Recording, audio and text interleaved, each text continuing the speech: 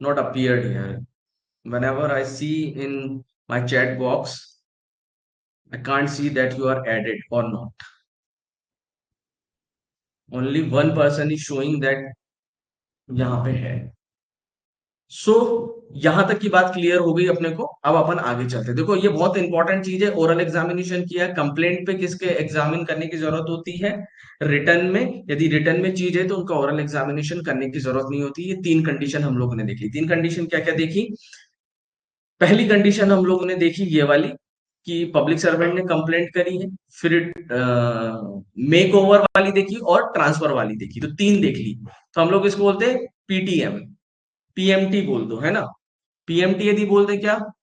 P M T, 1 2 3। यदि इसको इस तरीके से भी लिख दिया जाए तो पब्लिक सर्वेंट, फिर दूसरा मेक ओवर किया है तो, और तीसरा ट्रांसफर किया है तो, no oral examination again.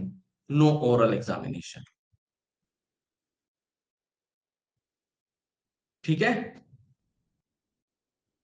Clear? चलो अब ये देखते हैं postponement of issue of process. ये इंपॉर्टेंट है। बस आज की ये लास्ट सेक्शन कर लेंगे क्योंकि फिर हैवी हेक्टिक हो जाएगा आप लोगों को, है ना? ये लास्ट सेक्शन है आज की। Postponement of issue of process. अब ये समझ लेते हैं कि भाई पहली बात तो ये बोल रहा है पोस्टपोनमेंट करना है और इशू ऑफ प्रोसेस को, है ना? जो भी कंप्लेंट आई है अब हम लोग उसको क्या है, रोक रहे हैं। इस बात को ऐसे समझना है कि यदि कोई भी कंप्लेंट आई है तो वी आर स्टॉपिंग इट कुछ समय के लिए, है ना? खत्म नहीं कर रहे हैं। तो ये वाली चीजें समझनी है। क्यों जज साहब ने जो थेफ्ट की कंप्लेंट आई है, जो मर्डर की कंप्लेंट आई है, जो रेप की कंप्लेंट आई है, तीनों तरह के कोई ऑफेंस होगा और ये कंप्लेंट के बेस पे आया है। ये तो हम लोगों ने देख लिया कि ये काय पे आया है, कंप्लेंट पे आया है। डायरेक्ट ऑब्वियसली बात है मजिस्ट्रेट के पास आया है। तो मजिस्ट्रेट साहब क्या करेंगे इसको? क्या बोल रहे हैं? Magistrate section in powers of magistrate to postpone issue of process the accused after receiving the complaint before summoning the accused to magistrate में either। क्या करेंगे मजिस्ट्रेट साहब? अभी कार्रवाई आगे नहीं बढ़ा रहे हैं। वो क्या करेंगे? सबसे पहला काम करेंगे inquiry into the case himself. दूसरा, direct and investigation by police officer और अदर सुटेबल पर्सन। क्योंकि उनके पास आया है, वो अभी ट्रायल एकदम शुरू नहीं कर देंगे। वो बोलेंगे कि इसका क्या किया जाए, थेफ्ट का इंक्वायरी खुद से करेंगे या इन्वेस्टिगेशन के लिए बोलेंगे। इसी को बोलते हैं 156(3) की एप्लीकेशन, है ना? 100 यही वाला ऑर्डर देते हैं जो 225(3) में ये ऑर्डर देंगे। काय का? इन्वेस्टिगेशन का। कि भाई इसका इन्वेस्टिगेशन करके लाओ, थेफ्ट का इन्वेस्टिगेशन करके लाओ, रेप का इन्वेस्टिगेशन करके लाओ। इसलिए तब तक जब तक इसकी इन लोगों के इन्वेस्टिगेशन की रिपोर्ट आती है। किसकी? इंक्वायरी की report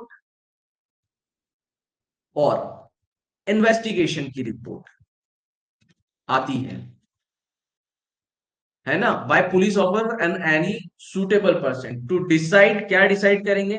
weather there is a sufficient ground to proceed.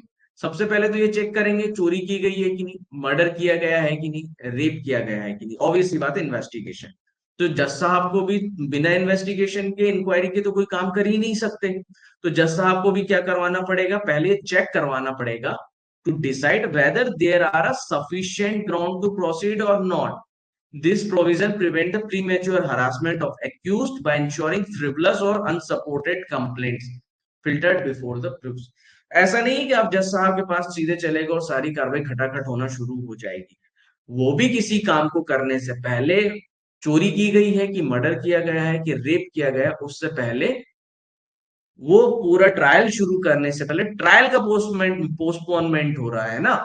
हम लोग ने किसको करा है कि डायरेक्ट हम कार्रवाई ना शुरू करते हुए पहले ये जान ले कि कहीं पर कोई किसी तरह का प्रॉब्लम है कि नहीं है, क्या ऑफेंस किया गया है कि नहीं किया गया है। फिर सेकंड, पोस्टपोनमेंट ऑफ प्रोसेस। फिर अ मजिस्ट्रेट में postpone process if deems fit. Obviously बात है, डीम्स फिट का मतलब क्या होता है? यदि उनको लग रहा है कि कार्रवाई शुरू कर दी जाना चाहिए यदि उन्हें लगता है कि थेफ्ट के पर्याप्त सबूत है, there is enough evidence for the theft, murder and rape, तो फिर वो पोस्टपोन क्यों करेंगे? तो वो पोस्टपोन नहीं करेंगे, है ना, जब एविडेंस है। पर उनको यदि लग रहा है कि यार पोस्टपोन करना चाहिए, तो फिर वो क्या करेंगे? इंक्वायरी के ऑर्डर देंगे या फिर इन्वेस्टिगेशन, फिर उसको वो पोस्टपोन कर देंगे। And must postpone if it is accuse leaves beyond is territorial jurisdiction, है ना। और option available to the magistrate, conduct an inquiry himself, direct investigation by police, a person files a complaint for a cheating against accused living another district, before issuing summon the magistrate postpone process, ask the police to verify the act की cheating की गई है कि नहीं की गई है। अब ये वाली बात, bar on the investigation if case is session triable, अब फिर से उनको क्या करना पड़ेगा? पोस्टपोन कर रहे हैं ये, क्यों? If the offense is triable exclusively by court of session, the magistrate cannot direct the police investigation at this stage. अब ये किस तरह का ऑफेंस है? कोर्ट ऑफ सेशन के द्वारा, है ना। तो रेप का मामला होगा, मर्डर का मामला होगा, डकैती का मामला होगा, बड़े मामले होंगे। तो क्या बोल रहा है? If the offence is tribal bye exclusively by court of session, जिनका ट्रायल कौन कर सकता है? सिर्फ और सिर्फ कोर्ट ऑफ सेशन करती है। तो यहां पे इन्होंने एक बात लिखी है क्या, कि फिर magistrate can not direct the police investigation at this stage. In complaint of murder the magistrate must call for evidence from the complaint instead of sending the for investigation, है ना।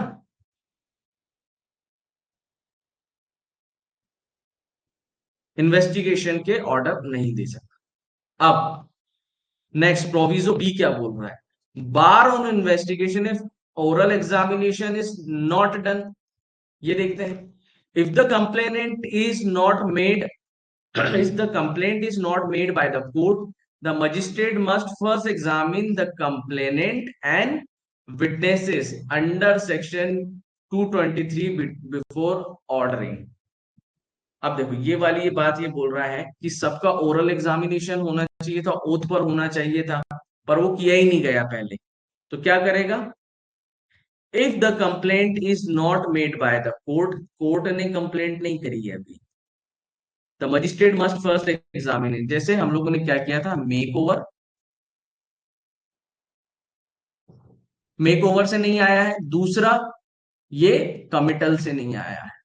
और तीसरा, ये ट्रांसफर से नहीं आया है। ये वाली बात हो गई यहाँ पे। तो एक इसका मतलब ये कंप्लेंट जो है रिटर्न में नहीं होगी, ऑब्वियसली बात है। जब ये यहाँ पे if the complaint is not made by the court, ना तो ये मेक ओवर से आया है, ना इससे आया है, ना इससे आया है, तो क्या करें? In a private defamation complaint, the magistrate cannot send the case for the police investigation until he records the complaint shown statement। पहले तो उसको क्या करना पड़ेगा? इनका ओरल एग्जामिनेशन करना पड़ेगा। ये वाली बात बोल रहे हैं। यदि डायरेक्ट मेक ओवर से नहीं आया है, कमिटल से नहीं आया है और ट्रांसफर से नहीं आया है, तो ठीक है, यहां तक की ये वाली बात है।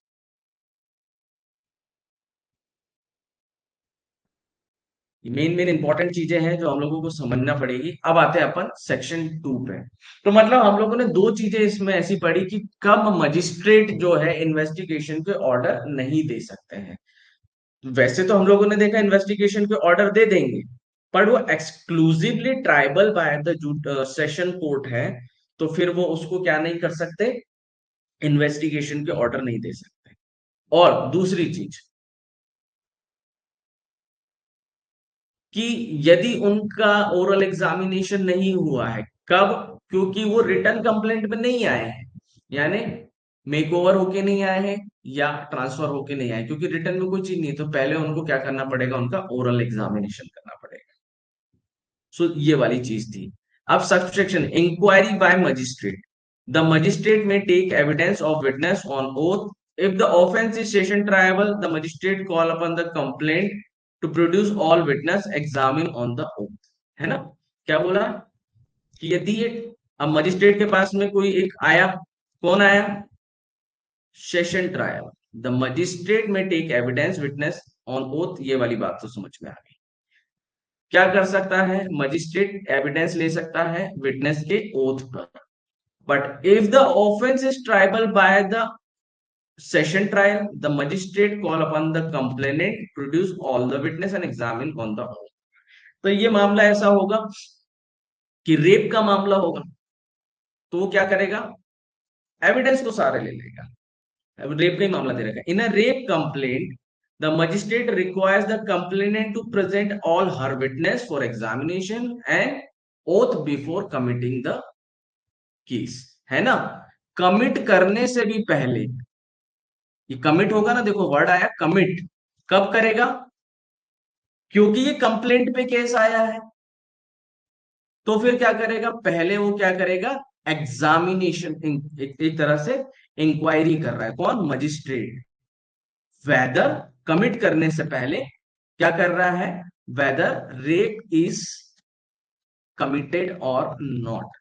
यदि उसको सफिशिएंट एविडेंस लगते हैं कि हाँ, आप भाई सीधे कंप्लेंट पे आए हो तो उनको ये सारी चीजें चेक तो करना पड़ेगी, सफिशिएंट एविडेंस है, तो फिर वो यदि लगेगा तो उसको वो कमिट कर देगा, नहीं तो वो यही रिजेक्ट कर देगा। क्लियर? ये वाली बात आपको समझ में आ गई होगी। Inquiry by magistrate, power of non police investigator. अब एक नई चीज और देखो, हो सकता है अभी इतना तेज दिमाग में ना जा रहा हो ये, पर एग्जाम्पल के थ्रू आप लोग समझोगे तो इसमें बहुत इंपॉर्टेंट इंपॉर्टेंट चीजें चल रही हैं जो आपको क्लियर समझ में आ रही है। क्या बोल रहा है? Power of non police investigator, power of non police investigator.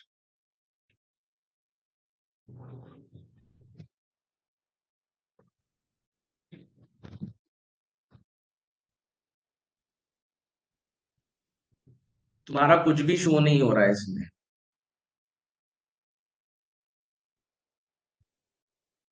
Nothing is showing in app.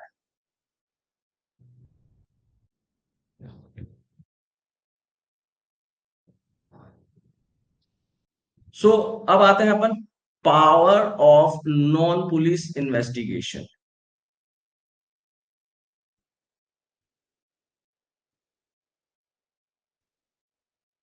Power of non police investigation.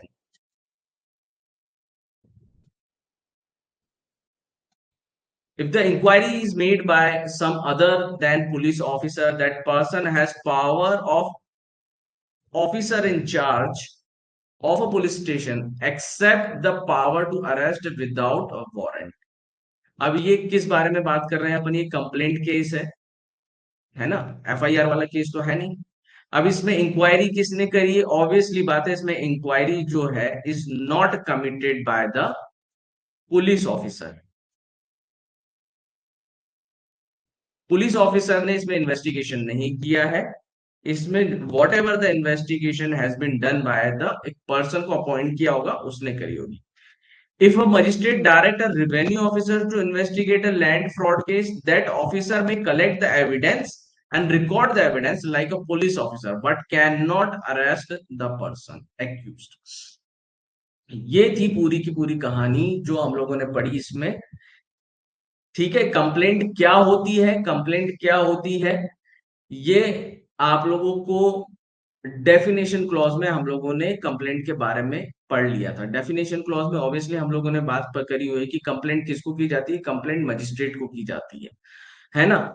चाहे वो पर्सन नोन हो चाहे अननोन हो, ये सारी बातें अपन लोगों ने कंप्लेंट की डेफिनेशन में पढ़ी थी। इसमें हम लोगों ने सिर्फ इतना पढ़ा है कि कंप्लेंट कहां पर की जा सकती, तो ये हम लोगों ने ये देखा है इसमें complaint can be instituted to the magistrate. अब कंप्लेंट ओरल एग्जामिनेशन के बारे में था और कंप्लेंट रिटर्न। यदि ओरल है तो पूरा का पूरा कंप्लेंट को ओरल में दोनों पार्टीज का ओरल एग्जामिनेशन किया जाएगा। फिर हमने इसमें एक इंपॉर्टेंट चीज ये पढ़ी कि रिटर्न कंप्लेंट है, रिटर्न कंप्लेंट है तो कौन है वो? तो फिर हमने उसमें एक ट्रिक बनाई, पीटीएम।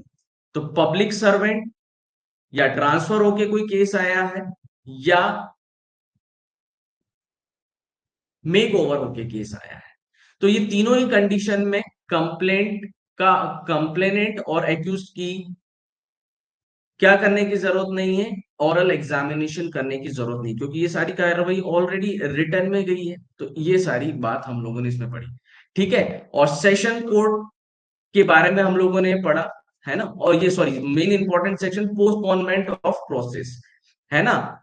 कार्रवाई कब तक शुरू नहीं की जाएगी? कार्रवाई तब तक शुरू नहीं की जाएगी जब तक ये जो जज साहब है, he is not clear about that कि ऑफेंस किया गया है कि नहीं। तो उसको क्या कर देंगे? पोस्टपोन कर देंगे, ट्रायल तब तक शुरू नहीं करेंगे, है ना।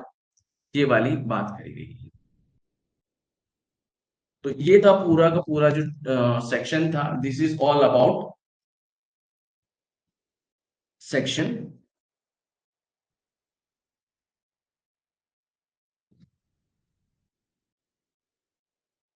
225।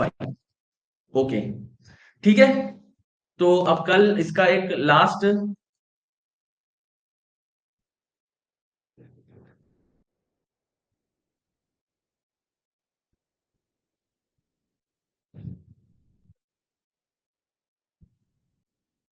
ठीक है।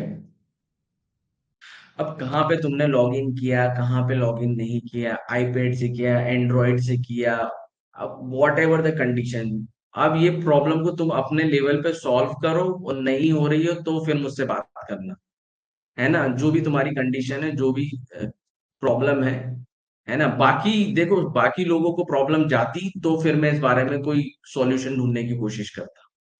ठीक है।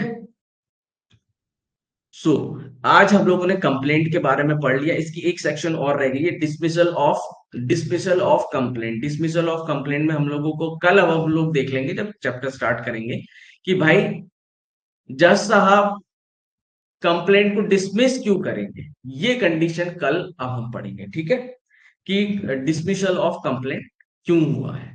सो कल हमारा ये वाला चैप्टर खत्म हो जाएगा, फिर कल एक नया चैप्टर शुरू होगा, ठीक है। चलो, okay, bye, take care, bye.